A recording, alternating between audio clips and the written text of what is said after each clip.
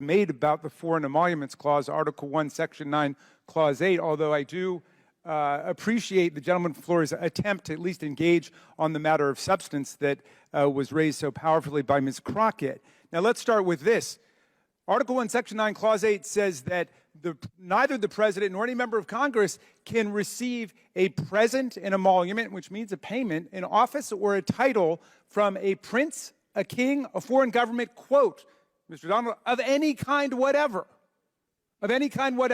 without going to Congress first and obtaining the consent of Congress. There's no hotel exception, Mr. Donald, to the Foreign Emoluments Clause. There's no international real estate syndicate exception to the Foreign Emoluments Clause, Mr. Donald. And also, I will take you up on your challenge to see whether the Trump Hotel in Washington, the Trump Hotel in Las Vegas, the Trump Hotel on Fifth Avenue, the Trump Hotel at UN Plaza, the four of the more than 500 businesses that we got documentation for, whether they actually had the same level of business coming from Saudi Arabia, the communist bureaucrats of China, who were the leading spender, as you know, if you've read our report, the United Arab Emirates, Indonesia, India, Egypt, and so on. We will make that comparison about what was done before. If you get the chairman to call off the ban on further documents coming from Mazars. So have you ever stayed at a Trump hotel, Mr. Raskin? Excuse no, and I never would stay at a Trump hotel. I've got too much self-respect and concern for hygiene.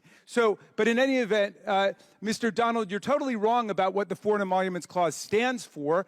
Abraham Lincoln was given 2 elephant tusks by the king of Siam during the Civil War, and he liked them very much. He wanted to keep them, but he went to Congress, which is what every other president did before and every president did since, right up until Donald Trump, and he asked whether he could keep the tusks, and Congress, though they loved Honest Abe, said, no, you can't keep them. I mean, John F. Kennedy was offered citizenship by the people of Ireland because they loved him so much, and he refused to take it, saying that even though it didn't violate the letter of the Emoluments Clause, it violated the spirit of the Emoluments Clause. And Donald Trump converted the presidency into an instrument for self-enrichment.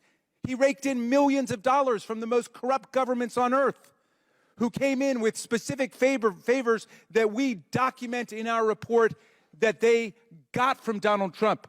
I beseech my colleagues, I will read any book, any magazine, any speech you've given that you want me to read.